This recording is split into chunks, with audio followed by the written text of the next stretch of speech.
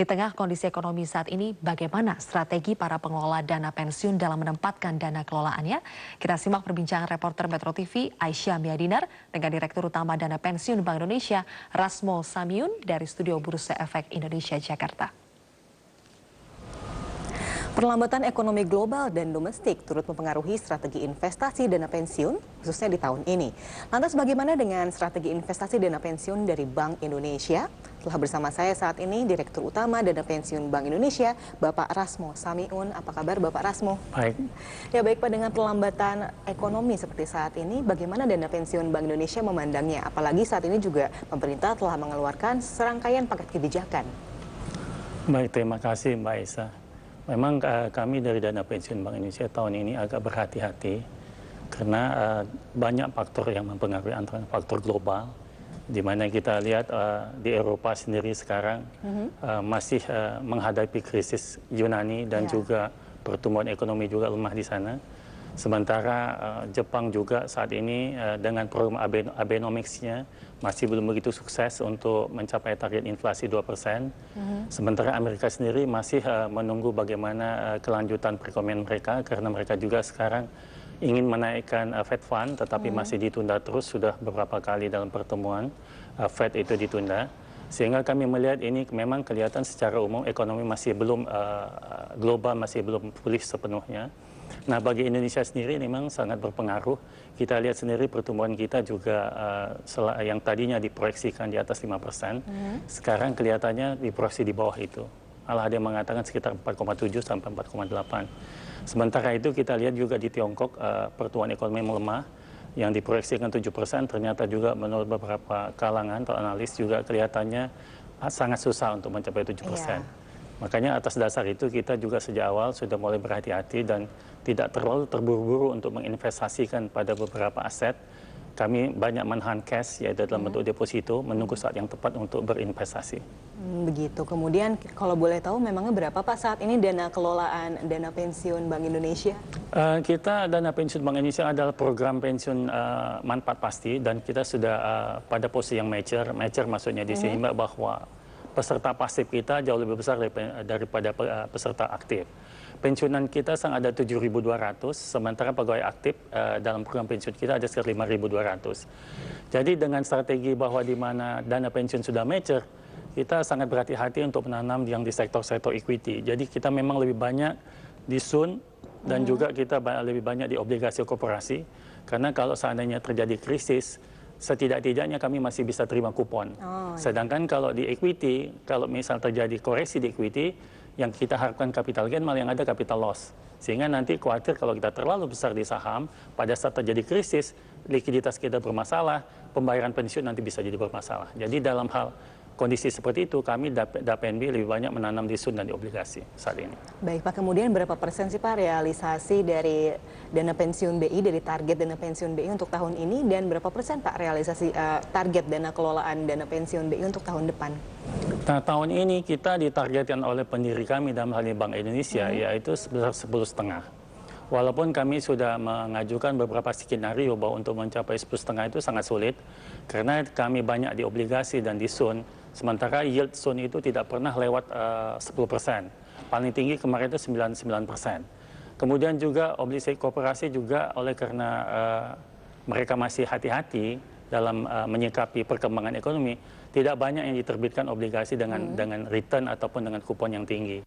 Jadi oleh karena itu sekarang ini kondisinya kami masih menunggu situasi yang stabil supaya kami dapat bisa meningkatkan return kami dan mencari aset-aset yang dapat memberikan return yang tinggi. Nah, tahun depan mungkin juga situasinya tidak begitu berbeda, karena kami lihat sekarang ini equity kan masih dalam proses mencari level yang betul-betul sustainable. Sementara kalau kita lihat inflasi juga memang inflasi bagus, tapi kita lihat juga di sini obligasinya juga masih bertahan di sekitar yieldnya 8-9%. Jadi ke depan mungkin kami tidak berani memberikan target yang tinggi. Paling-paling kami top itu kami hanya berani mengasih sekitar 9,5-10%. 9,5-10%. Mengusulkan kepada pendiri, tapi tidak akan lebih dari itu. Karena kondisi pasar masih, ketidakpastiannya masih tinggi. Baik Pak, kemudian bagaimana Pak strategi investasi portofolio untuk Dapen BI, khususnya untuk di porsi investasi di saham, fixed income, dan juga lain sebagainya? Kalau fixed income memang kami antara 40 sampai 50%. Seperti saya kemukakan tadi bahwa dana pensiun Bank Indonesia manfaat pasti ini sekarang ini pensiun pasifnya lebih besar dari pensiun aktif. Dan kami menghadapi risiko di mana cash payout ratio kita, pembayaran pensiun kita makin lama makin besar. Dan kedua, kita juga menghadapi longevity risk, yaitu risiko di mana life expectancy dari pensiunan kita makin naik. Tadinya diperkirakan rata-rata life expectancy itu di bawah 70, sekarang ini pensiunan kita tuh ada umurnya sampai 96. Jadi rata-rata pensiun kita itu menikmati umur panjang. Oleh karena itu, kita harus berhati-hati di dalam menyusun portofolio. Terlalu banyak portofolio kita di dalam bentuk yang bukan obligasi, itu risikonya akan tinggi dalam penyediaan likuiditas. Sebagai dana pensiun manfaat pasti, kita tidak mengejar target berapa yang harus kita kelola, karena memang kita sangat tergantung kepada pendiri mau merekrut berapa.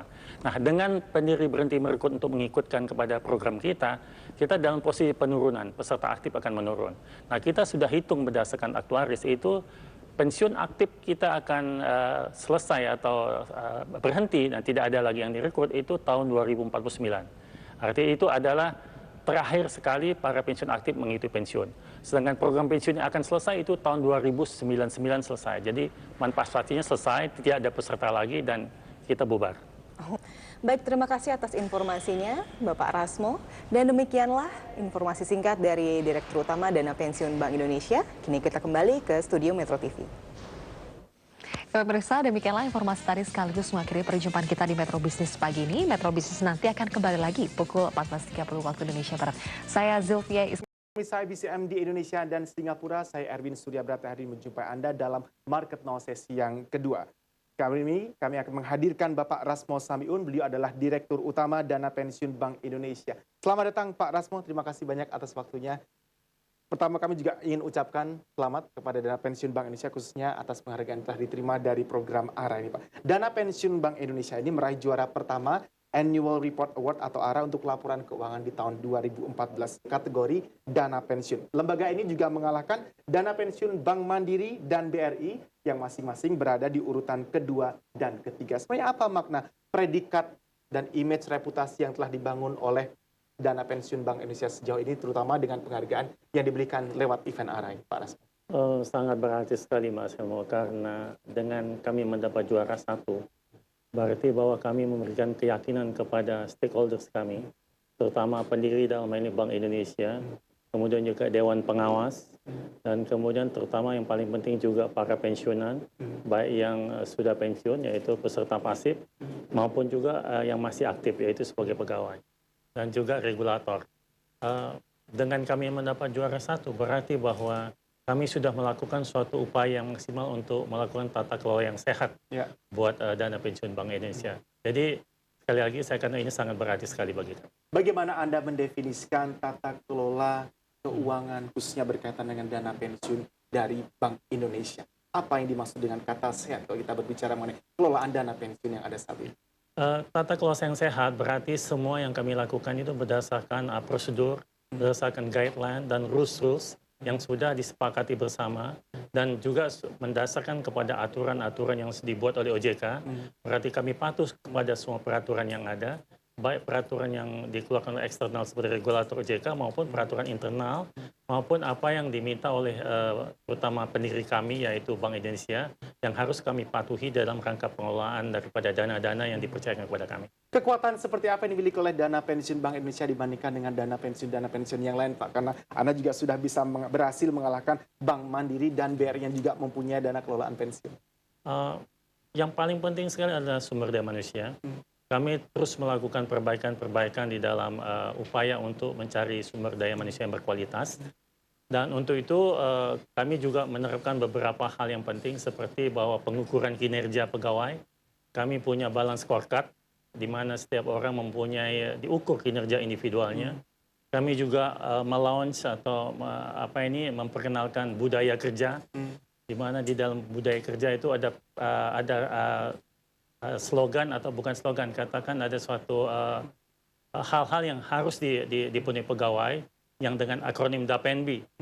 PNB itu D-nya ada disiplin, A-nya accountability, P-nya profesional, E-nya adalah excellent service, N-nya adalah jejaring network, kemudian B-nya adalah berimbang, kemudian I adalah integrity. Baik. Dan ini budaya kerja yang kami cetuskan kemarin tahun lalu, dan ini kita mau implementasikan menjadi suatu budaya daripada pegawai PNB. Iya. Ini merupakan kunci yang barangkali membawa kami menuju kepada kemenangan. Menjadi semacam guideline yang harus Iya, dipatuhi di sini. betul. Ya. Pak Rasmo, sepanjang 2015 ini kalau kita sedikit evaluasi, tantangan terbesar apa yang Anda hadapi khususnya sebagai Direktur Utama dari Dana Pensiun Bank Indonesia berkaitan dengan pengelolaan dana pensiun yang ada?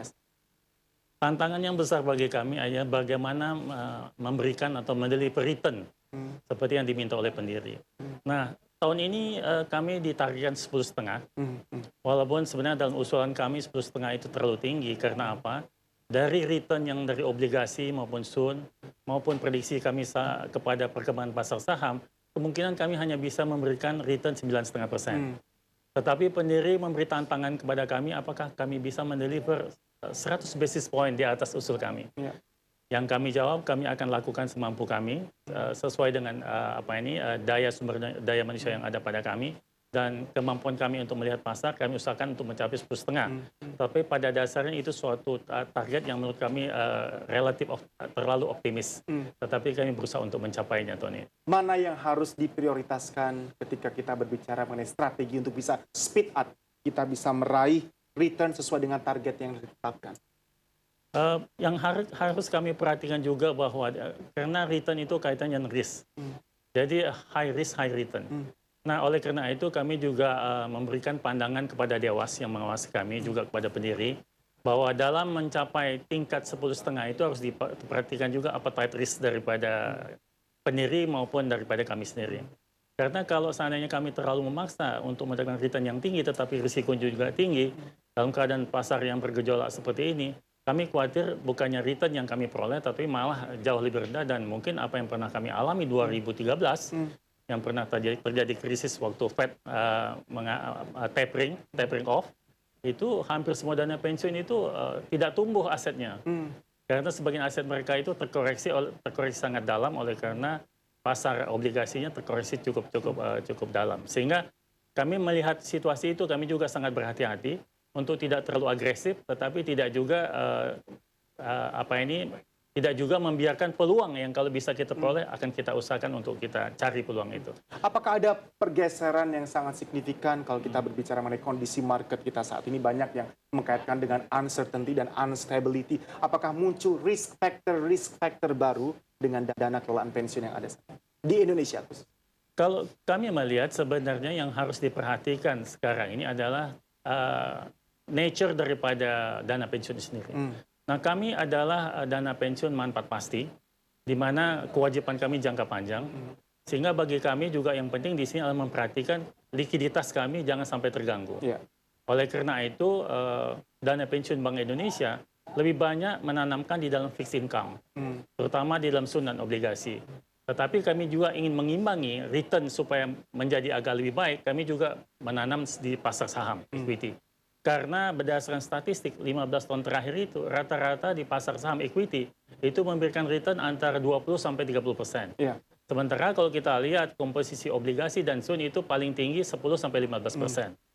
Terlalu kita banyak juga di fixed income, itu juga berarti menekan kita punya return.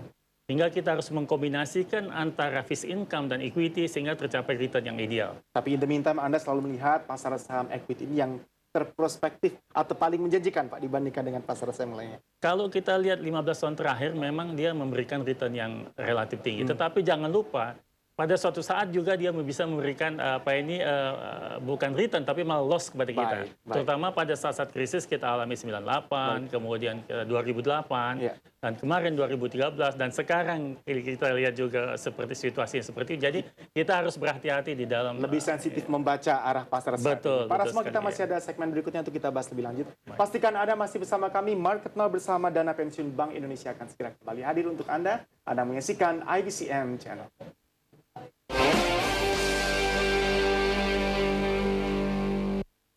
the first business capital market channel in Indonesia. Peresmian saluran TV pasar modal Indonesia Business Capital Market A Channel. reliable reference on global economic climate. Profil sukses orang-orang yang terjun di dunia bisnis. Up-to-date contents by reputable sources. Anda kembali menyaksikan Market Site Golden Access. 15.150. 15.150. The one and only TV which provide 10 hours non-stop live report from the Indonesia Stock Exchange. IBCN Indovision Channel 100. Behind the secret of success, from prominent figure and corporate, we'll reveal everything from A to Z. Eyes on IBCM channel.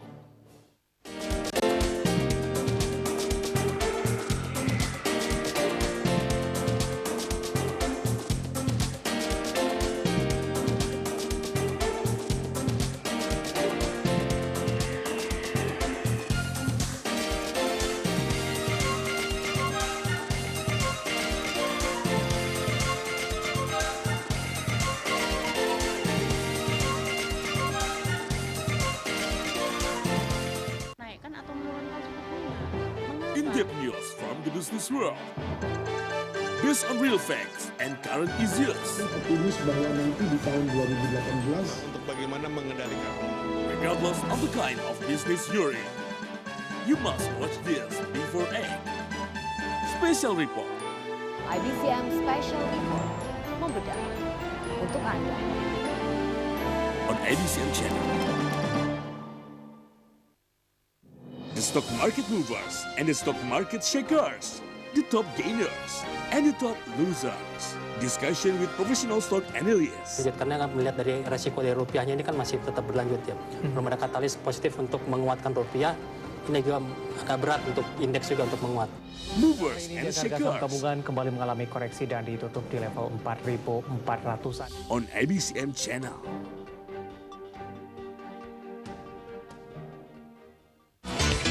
Special business talk show talk about national economy with expert businessman or corporation representative.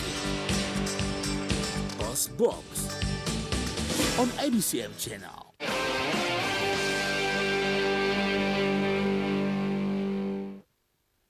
Kembali di Market Now masih bersama Bapak Rasmo Samiun. Beliau adalah Direktur Utama dari Dana Pensiun Bank Indonesia. Sebelum kita lanjutkan perbincangan kita dengan beliau, kita akan coba update terlebih dahulu grafis dari pergerakan indeks di Bursa Asia hingga sesi perdagangan tadi berakhir. Kita akan lihat bagaimana posisi dari Bursa Asia. Indeks Nikkei 225 menguat 1,08% ke level 18.291,80. Sementara Kospi Index melemah 0,15% ke level 2030,26. STI Index menguat 0,17% ke level 3026,36. Sementara itu Indeks Hang Seng menguat 0,46% ke level 22.994,42. Dari pergerakan indeks di Bursa Asia hingga perdagangan tadi berakhir, kita beralih seperti apa update dari pergerakan komoditas. Kita akan lihat data angka perdagangan sejumlah komoditas di hari ini dan juga posisi nilai tukar rupiah terhadap beberapa mata uang utama dunia. Dari pergerakan komoditas, di mana dari komoditas minyak untuk kategori NYMEX menguat 1,36% ke level 47,01 US dollar per barel pada running trade di hari ini. Dan nikel menguat 0,81% ke level 10.565 US dollars per MT. Emas melemah 0,46% ke level 1.177,60 US dollar per troy ounce pada running trade hari ini. Dan CPO melemah 1,42% ke level 2.287 ringgit Malaysia per metrik ton pada closing kemarin. Kita akan coba update mengenai valuta asing kita. Bagaimana pergerakan nilai tukar rupiah terhadap sejumlah mata uang utama berikut ini. Rupiah terhadap US dollar di level 13.547 rupiah dari update yang terakhir. Sementara euro di level 15.432. Pound sterling di level 20.962 rupiah dan yen Jepang di level 113,96 rupiah. Kita lanjutkan perbincangan kita dengan Bapak Rasmo Samiun, Direktur Utama Dana Pensiun dari Bank Indonesia. Mari kita lanjutkan perbincangan kita mengenai apa yang perlu kita cermati kalau kita mencoba kaitkan apa yang terjadi di lantai bursa kita, Pak. Keadaan market kita saat ini, bagaimana dana pensiun khususnya Bank Indonesia melihat? Apakah masih dalam tanda petik secure untuk berinvestasi melalui lantai bursa kita? Kami DAPNB memang mempunyai juga persentase equity di dalam keuangan kami, yaitu saham. Walaupun tidak besar, tetapi dari total 5,8 triliun total dana keuangan kami, itu sekitar 15% itu ada di saham. Tentu pertanyaannya kenapa cuma 15%? Karena kami sebagai dana pensiun manfaat pasti, di mana peserta pasif kami itu sekitar 7.200 orang, sementara aktif itu 5.200, di mana ini boleh dikatakan DAPEN kami itu adalah DAPEN yang mature.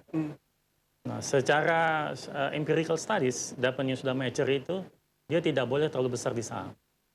Karena kalau seandainya terjadi krisis seperti apa yang terjadi pada 2008, pada saat global krisis itu sebagian besar dana pensiun manfaat pasti di Amerika Utara maupun di Eropa itu pada bubar dan tutup.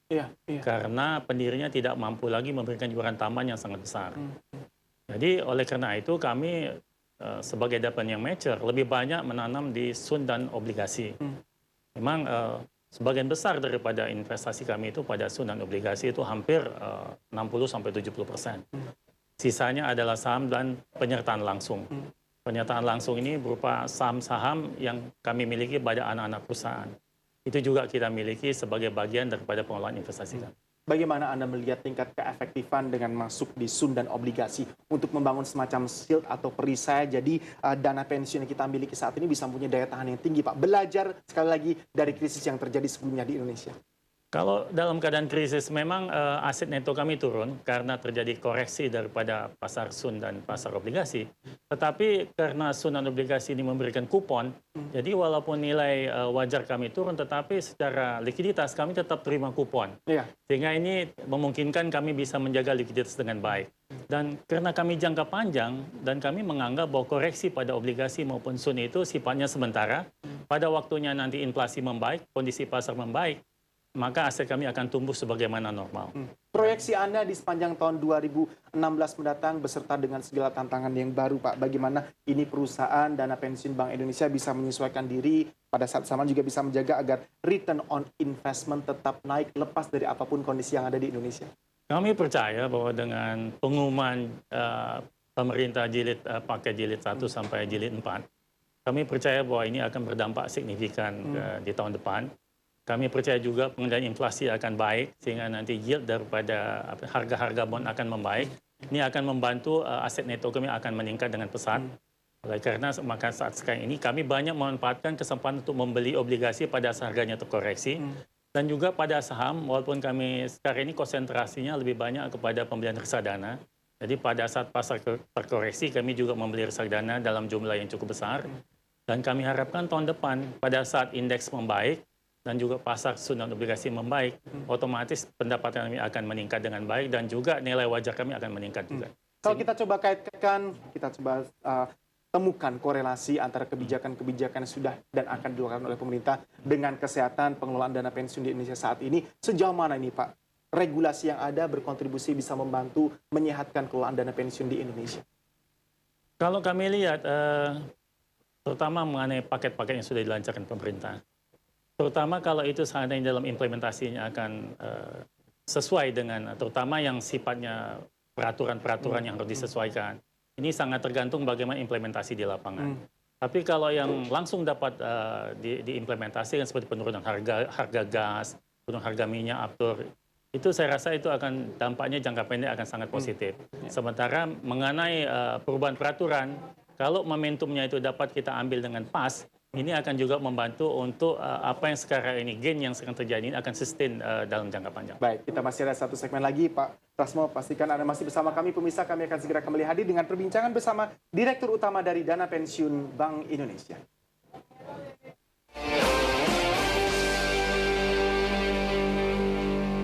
The stock market movers and the stock market shakers, the top gainers and the top losers. Discussion with professional stock analysts. Karena melihat dari resiko dari rupiahnya ini kan masih tetap berlanjut ya. Belum ada katalis positif untuk menguatkan rupiah. Ini juga agak berat untuk indeks juga untuk menguat. Movers Ini and harga saham shakers gabungan kembali mengalami koreksi dan ditutup di level 4.400-an. on IBCM channel.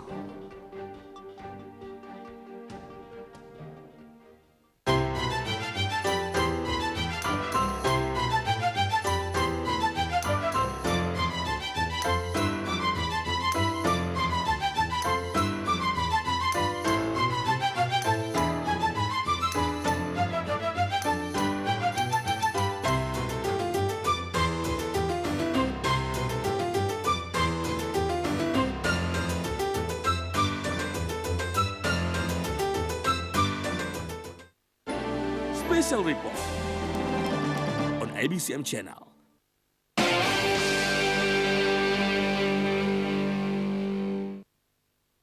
Anda masih menyaksikan Market Now bersama Dana Pensiun Bank Indonesia. Sebelum kita lanjutkan perbincangan kita dengan Bapak Direktur Utama Dana Pensiun Bank Indonesia, Pak Rasmo Samiun, sudah ada Anggi Pasaribu yang akan menyampaikan news update terkini untuk Anda. Silakan Anggi. Terima kasih Erwin, pemirsa. Melambatnya penjualan boneka Barbie ternyata berdampak pada laporan kinerja produsen mainan asal Amerika Serikat Mattel yang membukukan penurunan pendapatan.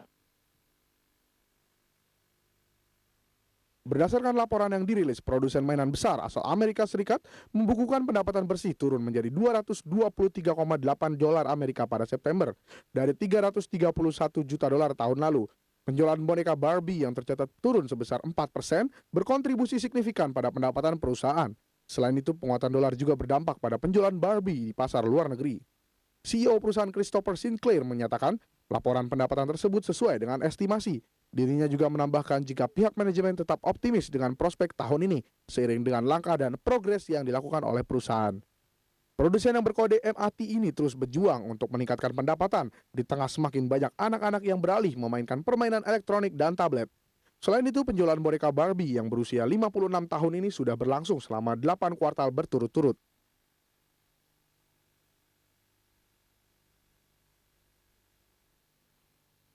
Sementara itu, Burberry merasakan imbas akibat perlambatan ekonomi Tiongkok. Pasalnya, lemahnya daya beli masyarakat berdampak pada pendapatan produsen barang mewah tersebut. Rumah model asal Inggris Burberry membukukan pendapatan yang stagnan sebesar 1,1 miliar dolar Amerika pada semester pertama tahun ini dipicu melambatnya penjualan di Tiongkok. Direktur kreatif Burberry, Christopher Bailey, menyatakan faktor eksternal sangat menantang bagi kinerja perusahaan selama semester pertama. Oleh karena itu, Burberry terus fokus untuk meningkatkan penjualan dan produktivitas. Selain itu, dirinya juga berharap jika penjualan akan merangkak naik pada semester kedua tahun ini. Menanggapi laporan kinerja tersebut, perusahaan yang berkode BRBY ini pun sempat anjlok sebanyak 8% pada penutupan perdagangan kemarin.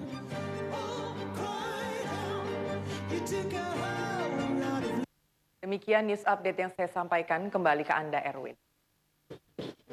Terima kasih Anggi Pasaribu dengan news update terbaru dari Anda. Kita lanjutkan perbincangan kita dengan Pak Rasmo Samiun, Direktur Utama dari Dana Pensiun Bank Indonesia. Selain menjabat sebagai Direktur Utama Dana Pensiun Bank Indonesia, Pak Rasmo Samiun juga menjabat sebagai Ketua Bidang Investasi dan Hukum ADPI atau Asosiasi Dana Pensiun Indonesia. Peran strategis seperti apa yang sebenarnya dimiliki oleh ADPI saat ini, Pak? ADPI sangat penting, terutama kita ini membina anggota kita dalam hal bagaimana kita mencapai hasil-hasil yang terbaik di dalam pengelolaan dana pensiun.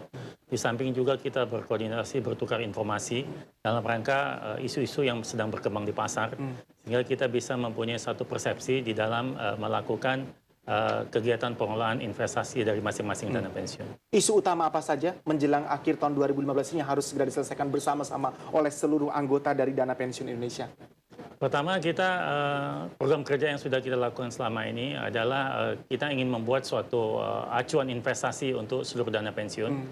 Dan sebagian itu sudah kita kerjakan, tetapi implementasi di masing-masing dana pensiun itu sangat tergantung daripada kesiapan dari masing-masing organisasi dana pensiun itu sendiri. Baik, ADP ini juga informasi yang kami terima meminta anggotanya yang memegang dana khususnya jangka panjang tidak perlu ragu untuk masuk ke bursa saham ketika pasar sedang anjlok. Bagaimana Anda mewakili dana pensiun Bank Indonesia merespon usulan-usulan semacam ini untuk masuk ke bursa saham di tengah masih banyak orang yang masih sedikit skeptikal dan jauh lebih berhati-hati sebelum masuk ke bursa saham di Indonesia?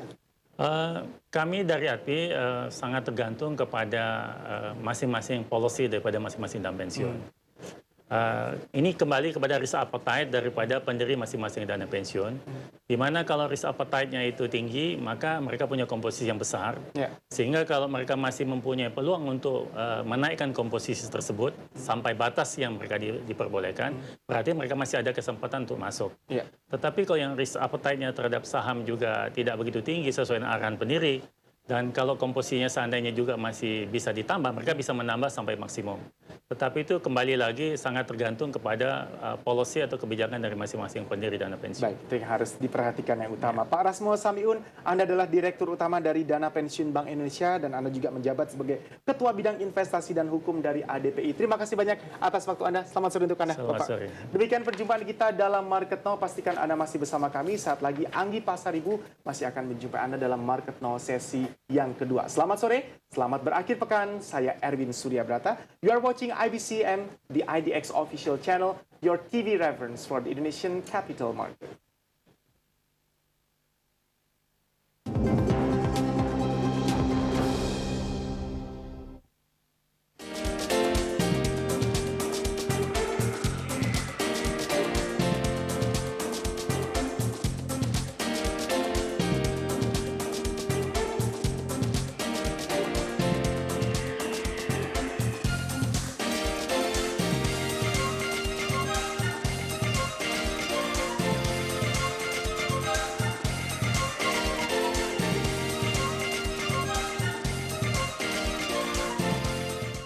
Get the latest stocks and market information on special news bulletin and talk show.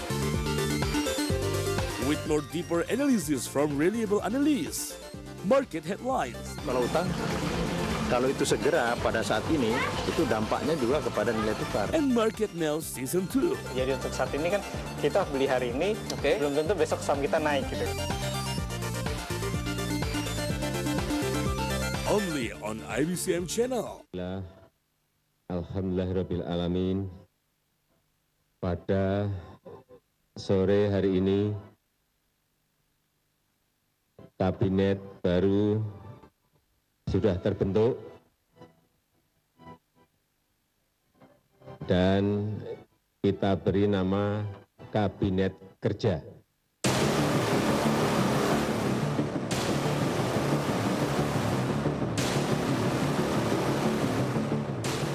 Hampir genap 1 tahun sejak Presiden Jokowi membentuk Kabinet Kerja. Berbagai program ambisius dicanangkan sejak awal sebagai pijakan melakukan perbaikan di Indonesia, dirangkai dalam kerangka bernama Nawacita. Mengawali masa kerjanya dengan optimisme serta kepercayaan diri tinggi, hasil kinerja dari Kabinet Kerja nyatanya di bawah harapan. Perombakan beberapa menteri yang dinilai tidak perform beberapa waktu lalu, meski menumbuhkan harapan atas kinerja lebih baik, juga memunculkan pertanyaan seputar kecepatan dan waktu yang dibutuhkan dalam mewujudkan sinergi antara semua kementerian. Banyak yang menganggap terlambat, sebagaimana juga terlihat dari berbagai paket kebijakan yang diluncurkan berturut-turut hanya dalam waktu sebulan saat masa kerja sudah berjalan setahun. Pertanyaan pun muncul, kemana saja sebelumnya? Lalu bagaimanakah Kabinet Kerja Jokowi menjalankan program-programnya hingga saat ini? Sudah sejauh mana progres realisasi target-targetnya?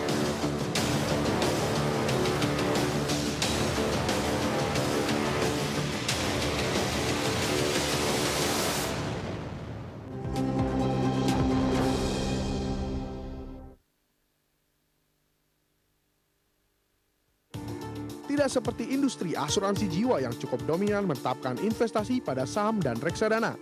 Industri asuransi umum dan reasuransi lebih memilih portofolio investasi yang lebih tetap dan beresiko rendah seperti obligasi. Selain obligasi dan surat utang negara, perusahaan asuransi umum lebih memilih menetapkan dana pada deposito sehingga relatif aman dari gangguan fluktuasi seperti yang terjadi di pasar saham.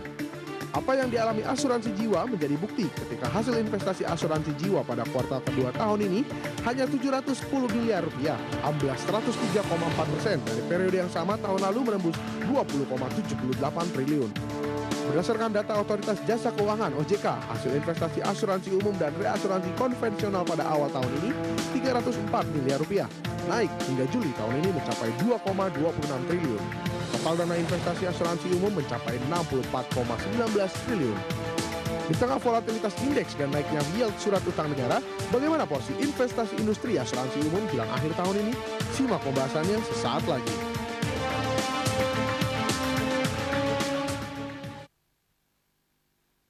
Ya pemirsa, Anda bersama kami di Capital Brief dan siang hari ini pembahasan terkait dengan investasi asuransi umum akan menjadi pembahasan kami selama 30 menit ke depan bersama saya Anggi Pasaribu dan juga narasumber kami yang sudah hadir di studio Bapak Albertus Wiroyo. Beliau adalah Direktur Utama PT Mandiri Aksa General Insurance. Selamat siang Bapak Albertus.